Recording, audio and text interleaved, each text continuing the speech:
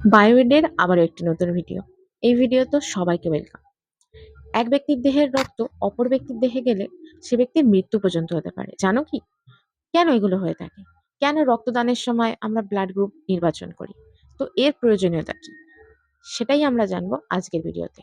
তো পুরো ভিডিওটা দেখার জন্য লাস্ট অব্দি থাকবে। তাহলে শুরু করা যাক। বিজ্ঞানী কার্ল ল্যান্ডস্টেইনার 1900 খ্রিস্টাব্দে রক্তের গ্রুপ আবিষ্কার করেন। অর্থাৎ তিনি বলেন যে রক্ত 4টে প্রকারে আছে।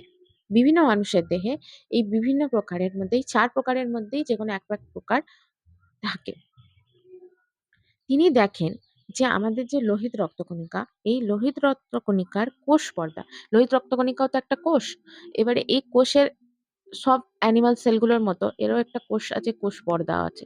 তো এই কোষ পর্দায় এক ধরনের প্রোটিন অবস্থান করে। এই প্রোটিনের ভিত্তিতে সবার রক্ত আলাদা। বিভিন্ন জনের বিভিন্ন ধরনের প্রোটিন থাকে। তো এই প্রোটিনকে আমরা দুরকম দেখতে পাই। অর্থাৎ কিছু প্রোটিন থাকে এই লোহিত রক্তকণিকার কোষ পর্দার উপরে, যাকে বলা হয় অ্যাগ্লুটিনোজেন। আর কিছু প্রোটিন থাকে রক্তরস বা প্লাজমাতে, তাকে বলা হয় অ্যাগ্লুটিনিন। তো এই দুটি জিনিসের, দুটি প্রোটিনের বিভিন্নতায় রক্তের গ্রুপ তৈরি হয়। আরো একটি জিনিসের জন্য রক্তের গ্রুপ এর বিভিন্নতা দেখা যায়, তা হচ্ছে রিসাস ফ্যাক্টর, যেটি সম্পর্কে আমরা পরে আসছি। এই 3টে ফ্যাক্টরই কাজ করে একটি রক্তের গ্রুপ নির্বাচন করতে। অর্থাৎ সেই ব্যক্তির রক্ত কি প্রকারের তা আমরা জানার জন্য এই 3টে ফ্যাক্টরই কাজ করবে।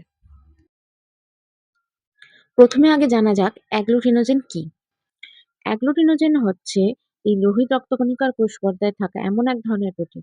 অর্থাৎ প্রোটিন হতে পারে গ্লাইকোপ্রোটিন বা গ্লাইকোলিপিড বা মিউকোস্যাকারাইড, পলিস্যাকারাইড এরকম জাতীয় কিছু হতে পারে। বিভিন্ন ধরনের বিভিন্নতা দেখা যায়। এটি 2 প্রকারের। যদি আমরা ধরে নিই এটি 2 প্রকারের, এ ও বি। যদি এ থাকে কোনো রক্তে, যদি এই এ অ্যাগ্লুটিনোজেন থাকে, তাহলে সেই রক্তের গ্রুপ নির্বাচিত হয়, রক্তের গ্রুপটা হচ্ছে এ।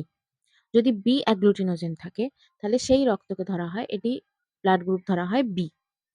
যদি এ আর বি দুটো অ্যাগ্লুটিনোজেনই থাকে, তাহলে সেই গ্রুপকে ধরা হয় এবি। আর যদি কোনো অ্যাগ্লুটিনোজেনই না থাকে, অর্থাৎ কোনো প্রোটিনই লোহিত রক্তকণিকার কোষ পর্দায় না থাকে, তখন তাকে ধরা হয় ব্লাড গ্রুপ ও। এবার আসছি অ্যাগ্লুটিনিন। অ্যাগ্লুটিনিন কি? এও এক ধরনের প্রোটিন জাতীয় পদার্থ। এটিকেও আমরা 2 প্রকার হিসাবে দেখি। অ্যাগ্লুটিনিন কিন্তু রক্তরসে পাওয়া যায়, অ্যাগ্লুটিনোজেন কিন্তু কোষ পর্দায় পাওয়া যায়। এবার এই অ্যাগ্লুটিনিন রক্তরসে থাকে। অ্যাগ্লুটিনোজেনের মধ্যে হচ্ছে 2 প্রকার। একটি হচ্ছে অ্যান্টি এ বা আলফা, আরেকটি হচ্ছে অ্যান্টি বি বা বিটা। এ ব্লাড গ্রুপে অ্যান্টি বি অ্যাগ্লুটিনিন থাকে। বি ব্লাড গ্রুপে অ্যান্টি এ অ্যাগ্লুটিনিন থাকে। এ বি ব্লাড গ্রুপে কোনো অ্যাগ্লুটিনিন থাকে না এবং ও ব্লাড গ্রুপে দুটোই থাকে। অর্থাৎ যদি অ্যান্টি এ আর অ্যান্টি বি, এইখানে জিনিসটা দেখার খুব দরকার। অ্যান্টি এ অর্থাৎ আমরা এর অ্যান্টি, অর্থাৎ আমরা এর বিপরীত। অর্থাৎ এ গ্রুপে আমি দেখছি যে অ্যান্টি বি থাকে, মানে এ বি এর বিরুদ্ধে কাজ করে। মানে যদি বি রক্ত যদি এর শরীরে ঢোকে, এ ব্যক্তির শরীরে ঢোকে, তাহলে এই অ্যান্টি বি কাজ করবে। আর এ ম্যাচ হচ্ছে না, তখন সে কি করবে? বি কে আঘাত করবে। আবার বি রক্তে সম্পন্ন ব্যক্তিদের দেহে যে অ্যাগ্লুটিনিন আছে সেটি হচ্ছে অ্যান্টি এ, অর্থাৎ এ বি কেই দেখবে। যদি এ ব্যক্তির কোনো রক্ত আসে, তখন তাকে সে অ্যান্টি মনে করবে, অর্থাৎ নিজের শত্রু মনে করবে। তো তাই জন্য এর দেহে আছে অ্যান্টি এ। বাট এ বির ক্ষেত্রে ঠিকই উল্টো, কোনোটাই থাকে না এবং ও এর ক্ষেত্রে দুটোই বর্তমান আছে। ঠিক সেই কারণে, যেহেতু এ বির মধ্যে কোনো অ্যাগ্লুটিনিনই থাকে না, তাই এবিকে আমরা সর্বজনীন গ্রহীতা বলি। কারণ যেহেতু থাকে না, তাই জন্যে যেকোনো অ্যাগ্লুটিনিনের রক্তই যদি আসে, তাহলে সেই ব্যক্তি সে গ্রহণ করতে পারে। কারণ তার রক্তে না অ্যান্টি এ আছে না অ্যান্টি বি আছে। তো তারা কোনো রক্তকেই আক্রমণ করে না। তাই জন্যে এবি রক্তের গ্রুপের যারা ব্যক্তি, তারা সর্বজনীন গ্রহীতা বলা হয়। কারণ সব রক্তের তারা নিতে পারে। আর ওকে বলা হয় সর্বজনীন দাতা। কেন বলা হচ্ছে? কারণ এখানে অ্যাগ্লুটিনিনটা এখানে দুটোই আছে, অর্থাৎ অ্যান্টি এ আর অ্যান্টি বি আছে। অর্থাৎ ও সবাইকে এরকম রক্ত দিতে পারে, কিন্তু শুধু নিজের ব্লাড গ্রুপের রক্তবাহী লোকেদের কাছ থেকেই সে রক্ত নিতে পারে। অর্থাৎ ও ব্যক্তি হলেই তাকে দিতে পারবে, এছাড়া কেউ দিতে পারবে না, কিন্তু সে সবাইকে দিতে পারবে, অর্থাৎ সর্বজনীন দাতা। কারণ তার অ্যাগ্লুটিনিন দুটোই আছে, অ্যান্টি এ আছে, অ্যান্টি বিও আছে। সে যদি কোনো এ ব্যক্তিকে দেয়, তাহলে তার দেহের রক্ত সেটাকে অ্যাটাক করবে না। আর যদি বি রক্তধারী কাউকে দেয়, তাহলেও অ্যাটাক করবে না। তো সেক্ষেত্রে দুটোরই সুবিধা পাওয়া যায়। এরপর আসছে রিসার্চ ফ্যাক্টর। রিসার্চ ফ্যাক্টর কি?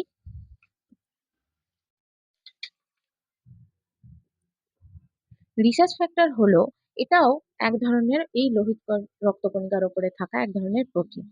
যেমন এই এতগুলো প্রোটিন ছিল, সেই রকমই এক ধরনের প্রোটিন হচ্ছে এই রিসার্চ ফ্যাক্টর। রিসার্চ ফ্যাক্টর কেন নাম এরকম? যে ভারতীয় এক বানরের নাম অনুযায়ী, প্রজাতির নাম অনুযায়ী এই ফ্যাক্টরটা নাম হয়েছে। তার দেহে প্রথম এটির আবিষ্কার হয়। ঠিক আছে, এই হয়ে গেল রিসার্চ। কিন্তু রিসার্চ ফ্যাক্টর কি?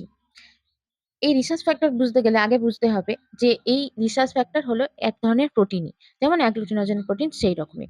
এই লোহিত রক্তকণিকার উপরে পাওয়া এই প্রোটিনটাকে আমরা ছোট ছটি উপাদানের সমষ্টি হিসেবে ধরছি। অর্থাৎ আমরা যদি দেখি যে এটি একটি ছটি উপাদানের সমষ্টি। যেমন যদি আমাকে ধরি capital C small C, capital D small D, capital E small E, এরকম ছটি উপাদান নিয়ে এটি তৈরি। এবার শুধু ক্লাস 9 এর ক্ষেত্রে আপাতত এইটুকুই আছে। পরে হায়ার স্টাডিজ এর ক্ষেত্রে এর আরো ব্রড আলোচনা আছে।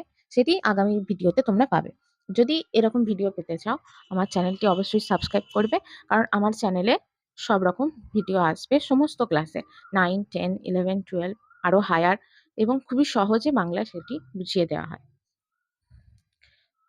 তো আবার আমরা টপিকে ফিরি। রিসার্চ ফ্যাক্টরের ক্ষেত্রে কি হয়? এর উপস্থিতিতে যদি আমি ধরি রিসার্চ ফ্যাক্টরের একটি গুরুত্বপূর্ণ এরকম উপাদান আছে ডি, ক্যাপিটাল ডি। এই ক্যাপিটাল ডি এর উপাদানের ভিত্তিতে আমরা রিসার্চ ফ্যাক্টর যাচাই করি। যদি এই ডিটা থাকে সেই রক্তে, তাহলে সেই রক্ত পজিটিভ। আর যদি এই ডিটা না থাকে, তাহলে রক্ত নেগেটিভ। তো যদি যখন আমরা বলি যে A B positive, A positive রক্ত, বি নেগেটিভ রক্ত, তো তখন সেক্ষেত্রে দেখা হয় যে রক্ত রিসার্চ ফ্যাক্টর অনুযায়ী প্লাস না মাইনাস। যদি কোনো প্লাস ব্যক্তির রক্তে মাইনাস ব্যক্তির রক্ত প্রবেশ করে, বা মাইনাস ব্যক্তির দেহে প্লাস ব্যক্তির রক্ত প্রবেশ করে, তখন শরীর সেটিকে বাইরের কোনো শত্রু কোষ ভেবে আক্রমণ করে, ঠিক অ্যাগ্লুটিনোজেন এবং অ্যাগ্লুটিনিনের মতোই আক্রমণ করে, এবং সেই রক্তকে সে কোষকে আক্রমণ করে মারতে চেষ্টা করে। ফলে রক্ত দলা পাকিয়ে যায় এবং প্রবাহিত হতে পারে না রক্তে দেহে, এবং তখন সেই মানুষের মৃত্যু হতে পারে। কিন্তু এটি সব ক্ষেত্রে প্রযোজ্য নয়। সেই জিনিসগুলো জানতে গেলে আরো অনেক হায়ার স্টাডিজে আছে। এক্ষেত্রে এইটুকুই আলোচনা যথেষ্ট তোমাদের সিলেবাসের ক্ষেত্রে। কিন্তু সব ক্ষেত্রে কিন্তু বারবার আরেকটা কথা বলি, সব ক্ষেত্রে কিন্তু রক্ত একসাথে দলা পাকিয়ে যাবে প্রযোজ্যতা নয়। এর আরো ফ্যাক্টর আছে যা হায়ার স্টাডিজ এর ক্ষেত্রে আরো ক্লিয়ার করা হবে। তো এরকম আরো ভিডিও পেতে, যদি আমার ভিডিওটা ভালো লেগে থাকে, তাহলে আমার চ্যানেলটি সাবস্ক্রাইব করবে, ফলো করবে। আরো তোমাদের কমেন্ট থাকলে সেগুলো আমাকে জানাবে। আর আজকের মতো ভিডিও এইটুকুই।